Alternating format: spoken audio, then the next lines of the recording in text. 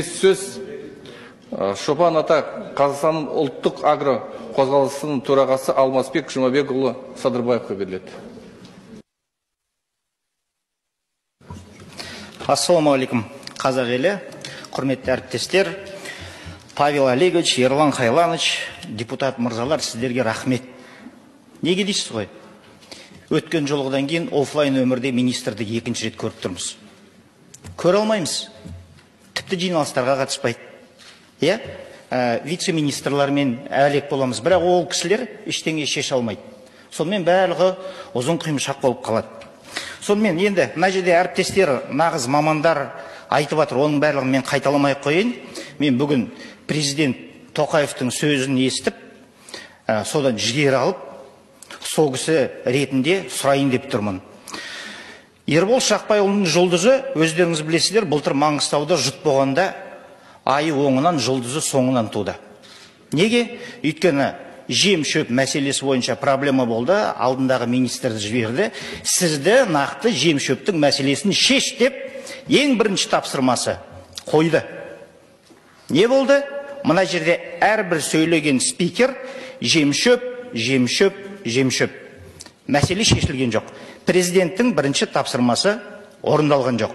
Бүгінгі сол Маңғыстау жемді солтүстіктен тартып өз әрекеттер жасап жатқан сол Қызылорда жем-шөп мәселесі шаруаларда үлкен проблема.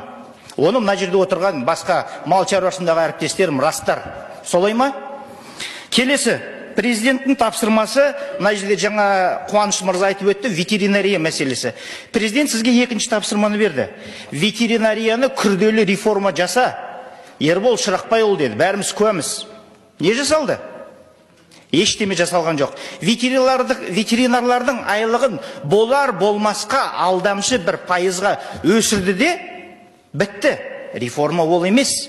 Сізге президент ветеринарлардың айлығын өсірді деген ғана тапсырма берген жоқ. Реформа жаса деп берді.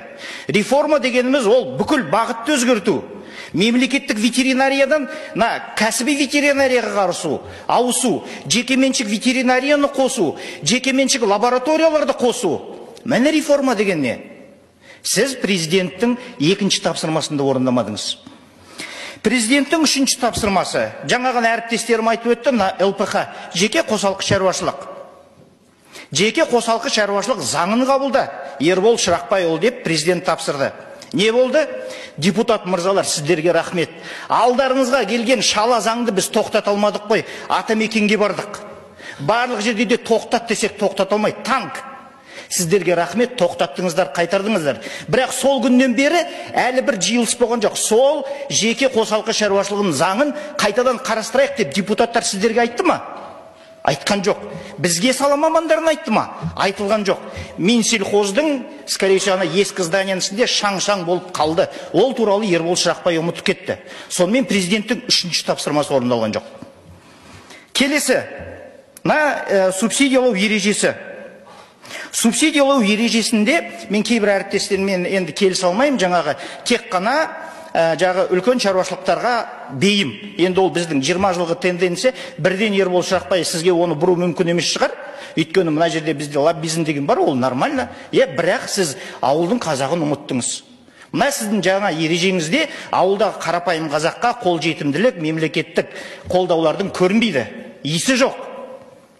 Келесі.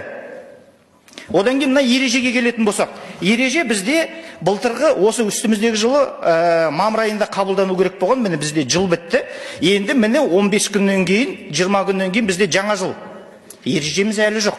Мына жерде отырған әрбір сала маман айтады, ол ереже қазір мына жерде талқылағанымыз келесі жылы майда қабылданады. Ал майға дейін не жасаймыз сонда? Немен күн көреміз? Немен өмір сүреміз? Бітті, қайтадан ескі ережемен. Онда неменеге әбігерге түсіп жатырмыз? Барлығымыз. Одан кейінгі келесі мәселе, сіздің президент сізге берген тапсырмасы өзінің жолдауында айтты. Ішкі өңдеуді 25%-ға өсір, Ербол Шырақбайұлы деді. Нақты жаңағы неде жолдауда жазылған. Ішкі өңдеуді мен мына ережеден ешқандай ішкі өңдеуді өсіру, сол президенттің тапсырмасын орындау элементтарын, механизмдарын көріп тұрған жоқпын. Қалай бидайымыз кетіп жатыр. Ірі қара малға біз қырқысып, бір-бірімізбен нетіп, мәжбүр болып жатырмыз. Бүгін біз сіздерден тіпті ана ірі қара малды саттыра алмай жатырмыз. Өйткені еліміздің ішінде өңдеу жоқ. Баға деген 1600 теңге, еттің бағасы, шаруалар деген кредитін төлей алмайды, қарыздарынан құтыла алмайды. А сіз бізге шекараны ашып беріп жатқан жоқсыз. Шекараға шетелге шығарудың бірінші қарсысы Алмасбек. Мен сіздерден бүгін шаруалар үшін басқа әріптермен келісіп сұрап жүрмін. Шығарыңыздар, рұқсат беріңіздер. Шаруалар бір напақасын тапсын деп. Сіз ертең аласыз да қаңтарда ашып бересіз. Малды күзде сатады. Ереке, жайлаудан түскенде қазақтың баласысыз ғой. Сіз оны білесіз. Әлі күнге дейін шекара ашылған жоқ. Әлі күнге дейін қазақтың шаруасының жағдайы мәз емес. Президенттің бұл тапсырмасын да орындамаңыз. Одан кейін құрметті депутаттар, естеріңізде болса, сіздердің алдарыңызда мен 40 000 адамның қолын жинап беріп едім, естеріңізде ме? Ербол Шырақбайұлының алдына 40 000 адам петицияға қол қойып, ол жерде жазылған. Мен Қазақстанның азаматы Бәленбай Түгенбай 40 000 адам шошқа бағытын субсидиялағанға қарсымын деп берді сізге. Ербол Шырақбайұлы, құрметті депутаттар, сіздерді естіді. Не жасағанын айтайын ба? Мына жерде енді орыс тілінде жазыпты. Селекционно-гибридный центр по свиноводству 80% субсидиялайым депті. Басқа бізде селекционно-гибридный центр ірі қарада, қойда, түйеде, жылқыда 40 болып едік. Енді осы шошқаның селекционно-гибридный центрі. Вот не бұл? Мазақ емес па? Келесі, басқа қой шаруашылығы бойынша ферма, ірі қара бойынша жаңағы бордақылау алаңы барлығын алып тастаған, бірақ ферма по выращиванию свиней дейді, с мощностью 1000 маток. Оған субсидиялауға дайын. Сондықтан 40 000 емес, бүгін оны 60 000 адам орындады. Сұрап отыр петиция ретінде. Сіз соны құлақ асып жатқан жоқсыз. Және де мен ойлаймын, мына жерде сізге сол жолы келіскен депутаттардың тілеуін қабыл алмай отырсыз. Сонымен ары қарай жылжайық. Бір минут болды. Сонымен субсидия тағы бір күрделі мәселе, олна ішкі өңдеуді алдыға сүйреу үшін, ол біз өзіміздің ішімізде өңдеуіміз керек. Субсидияны бидайға салған, арпаға салған, ұнға салған, нанға салған, ол қазаққа арзан болсын деген субсидия. Өзбекке, қырғызға емес. Сіз қазір біздің бюджетімізді шайып жатсыз. Бүкіл субсидияны арзан бидайды Өзбекке, қырғызға, Әзірбайжанға, ауғанға жіберіп жатсыз. Сіз қазақтың министрісіз, ауыл шаруашылығы. Сондықтан да нан, жем қазаққа арзан болу керек, қазақ азаматына. Сіз біздің бюджетіміз шайып жатсыз. Одан кейін тағы да жиылысты ұйымдастырған аппаратқа рахмет. Сіздерде барлығы біздің мемлекеттік тілде жасалған. Бірақ Ербол Шырақбайұлының ауыл шаруашылығы министрі мынасы тек қана орыс тілде. Мен сіздердің алдарыңызда шүрілдірлеуге мәжбүр болдым.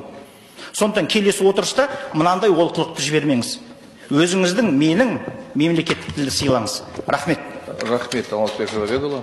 Келесі сөйлеуші Қазақстанның құс өсірушілер одағының президенті Руслан Исмаилұлы Шарипов беріледі.